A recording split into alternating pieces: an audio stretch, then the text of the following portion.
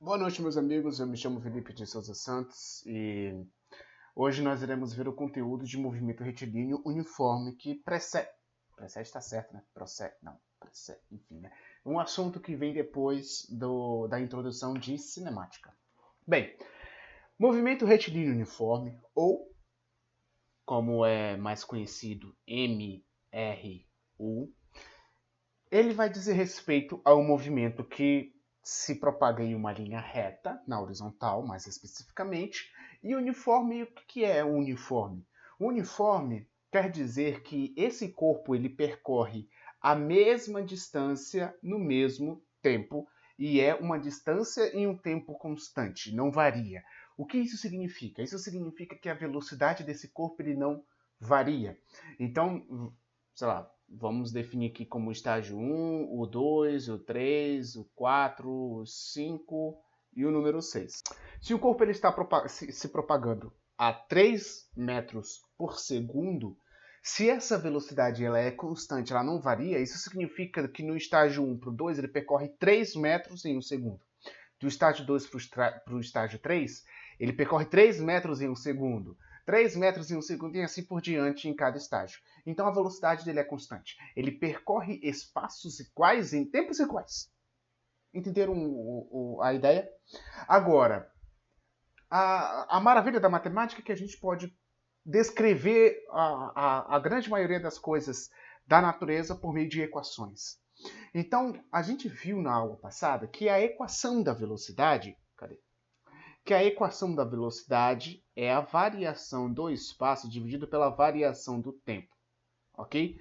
A gente vai chegar numa função, a gente vai chegar numa velocidade, numa equação que consegue descrever corpos que se propagam em velocidade constante, que se propagam em um movimento retilíneo uniforme. Vamos reescrever essa equação aqui. Então, V vai ser igual. Qual que é o que significa a variação? É sempre a final menos a inicial, dividido pelo tempo final menos o tempo inicial. Por formalismo, a gente considera que o nosso tempo inicial ele é igual a zero.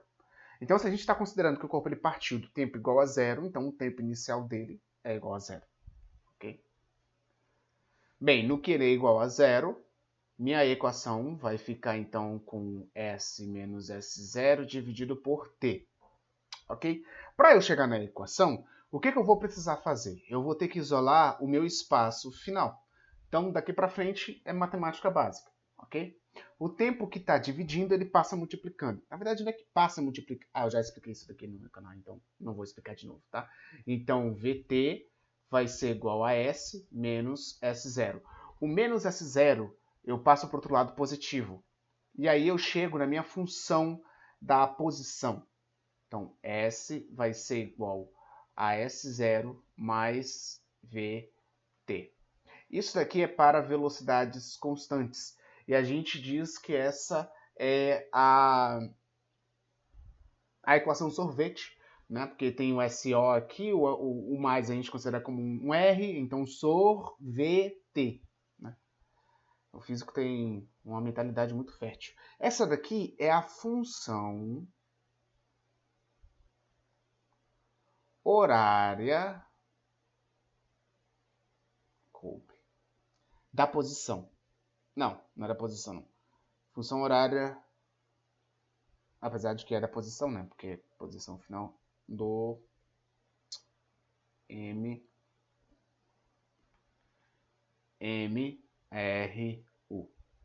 Ok? Então esse daqui é o sorvete. Geralmente a gente considera as unidades no SI. Ou também pode cair, no caso, a gente vai ver encontros de corpos, onde geralmente a gente trabalha com quilômetros por hora. Tá? Ou a gente pode trabalhar com metros por segundo também, tanto faz, depende do que a questão quer. Vamos para um exercício bem simples de associação, tá? Eu vou pegar três... Não, três é muito. Vou pegar duas equações aqui. Vamos resolver alguns exercícios. É exercício simples de associação. Então, eu tenho a minha primeira equação, que é S igual a 4 menos 2T. Aliás, só uma curiosidade. essa é uma equação de primeiro grau ou de segundo grau? Bem, se você já está no ensino médio, tá. Eu sou professor de ensino médio, os alunos do ensino médio não sabem matemática. Isso daqui é uma equação de primeiro grau. O que vai definir uma equação, se é de primeiro grau ou de segundo grau, é se a variável, o próprio nome já diz, né? O que está variando, tiver o grau ali em cima. Presta atenção. F de x é igual a x mais b. A minha variável, matemática, tá? A minha variável aqui é o meu x. E ela vai definir se a minha equação é de primeiro grau, ou de segundo grau, ou de terceiro grau. Então, nesse caso aqui, qual que é o grau dessa equação? Bem, qual que é o grau da minha variável? Não aparece, tá? Mas sempre tem o número 1 aqui em cima. Então, a gente diz que isso é a equação de primeiro grau. Se fosse uma equação de segundo grau, teria o número 2 aqui. Então, seria uma função quadrática. Se fosse um 3, função cúbica. Então, essa minha função aqui, ela é uma função de primeiro grau, tá? Vamos comparar. Apaguei. Pronto, perfeito.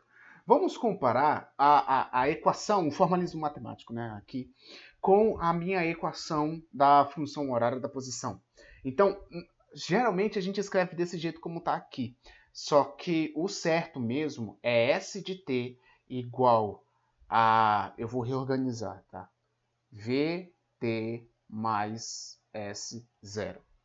Então, na matemática, a gente a gente aprende que o meu termo B ele é uma constante. Logo, a minha posição inicial ela é uma constante. A gente aprende também que o A ele é uma constante, o termo que acompanha a minha variável. Então, de maneira análoga, a minha velocidade ela é constante, o que é meio óbvio, porque o movimento retilíneo uniforme, a condição primordial para o movimento, para o MRU, é a velocidade ela ser constante. Ela não está variando. Então, o que vai estar variando aqui é o tempo. Nesse caso, o meu t. Né? O x da minha equação. Ok? Entenderam? Eu só reorganizei, mas geralmente a gente escreve desse jeito como sorvete. Agora, nessa letra A, eu vou querer a posição inicial dele e a velocidade. Se é movimento progressivo ou se é o movimento retardado. Ou se é um movimento acelerado, também é a mesma coisa. Bem, se você tem dificuldade, alunos do ensino médio sempre tem, não tem problema. Não, no meu ensino médio eu tacava o livro na parede chorando porque eu não conseguia entender física. Não tem problema. Não entendeu nesse vídeo aqui, tem outros professores que explicam bem melhor do que eu. Vamos reescrever a equação do sorvete. S é igual a S0 mais o meu VT. Vamos fazer a associação do mesmo modo como eu fiz com as duas equações ali.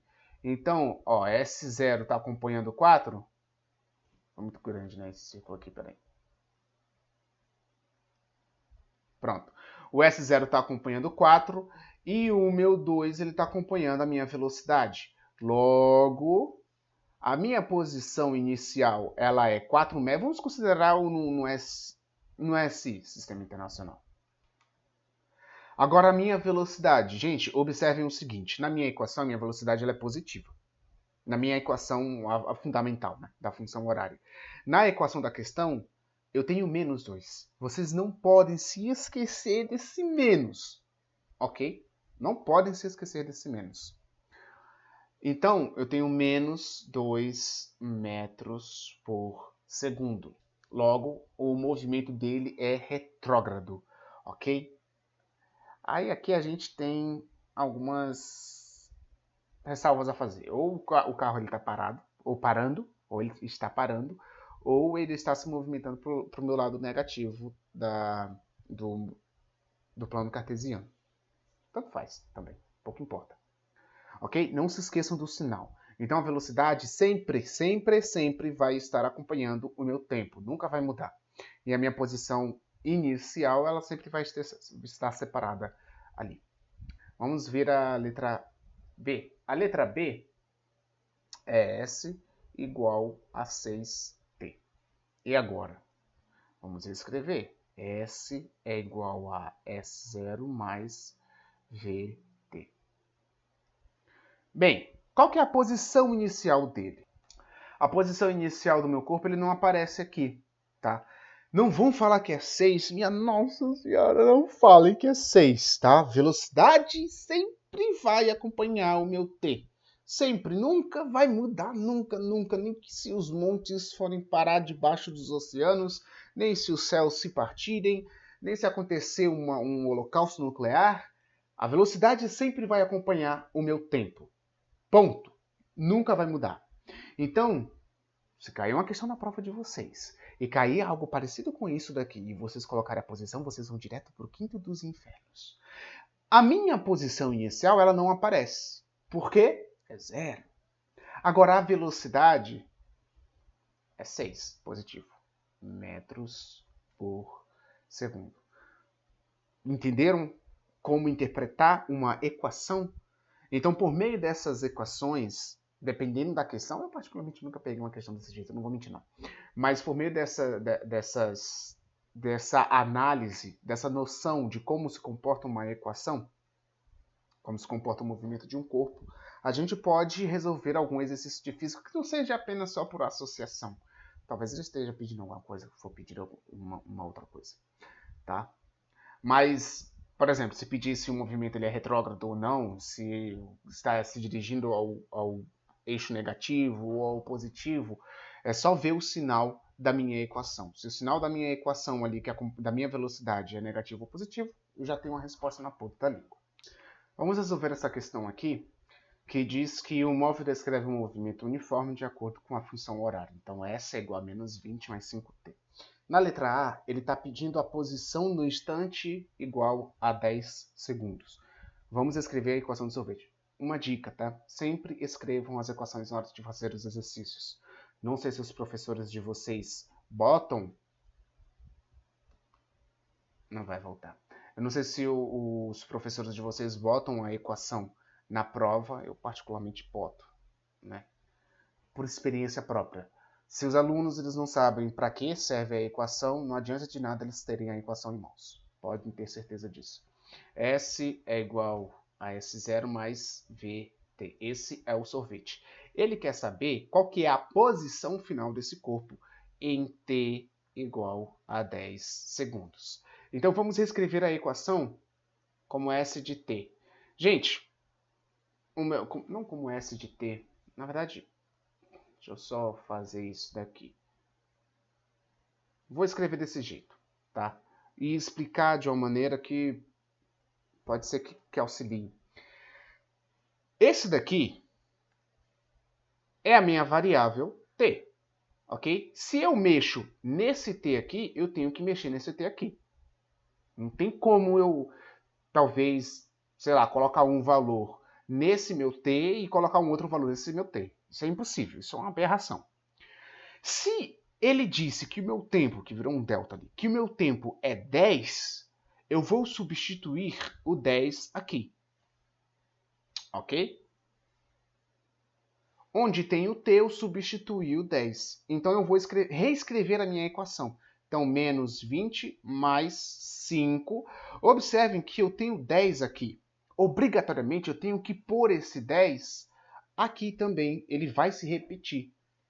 Então, S de 10 vai ser igual a menos 20 mais 50. Então, S de 10 vai ser igual a 30 metros. Essa daqui é a resposta. Agora é o seguinte. Quantos metros esse corpo ele está percorrendo por segundo? A cada segundo, a cada um segundo. Bem, se é 5 aqui, eu sei que essa é a minha velocidade. Logo, ele está percorrendo 5 metros a cada segundo que se passa. Ok? A questão número 2, ela está pedindo o instante em que ele passará pela origem dos espaços. Vamos lá. Então, eu vou traçar uma reta aqui. Eu vou traçar uma reta aqui. Esse é meu espaço S. Esse daqui é o meu tempo. Na verdade, tanto faz, né? Ah, deixa assim mesmo. Quando ele fala em a origem dos espaços, ele quer saber quantos segundos ele levou para chegar até aqui. na minha posição 0. É a origem dos espaços. Observe, ele está em menos 20. Na letra A, eu calculei quanto ele está em 10 segundos. 10 segundos, sei lá, né? Ele está aqui em 30 metros. Eu quero saber quanto tempo ele leva para sair de menos 20 até 0. Então, observe, preste atenção. Qual que vai ser a posição final na origem dos espaços? Bem, o valor 0, né? Na origem dos espaços. Então, no meu S, do meus S igual a S0 mais VT, aqui eu coloco um zero. Então, vou ficar com zero igual, já substituindo os valores, menos 20 mais 5T. O menos 20 eu passo para o outro lado. Menos 20 eu passo para o outro lado, então eu vou ter 5T vai ser igual a 20. Então, o 5 que ele está multiplicando, eu passo para o outro lado dividindo. T vai ser igual a 20 dividido por 5. Logo, T ele será igual a 4 segundos. Então, ele leva esse tempo para chegar na origem dos espaços. Ok? E por último... Tá. Eu vou resolver isso aqui não. No próximo vídeo, eu vou estar explicando para vocês dois conteúdos, que é comprimento de trem ou de ponte e encontro de corpos. São dois cálculos que a gente pode utilizar para... Duas manipulações que a gente pode... Duas manipulações que pode manipular, enfim, né? Dois assuntos que a gente pode utilizar que deriva do movimento retilíneo uniforme. Ok? Então, até o próximo vídeo. Falou. Opa, não é Ctrl Z não.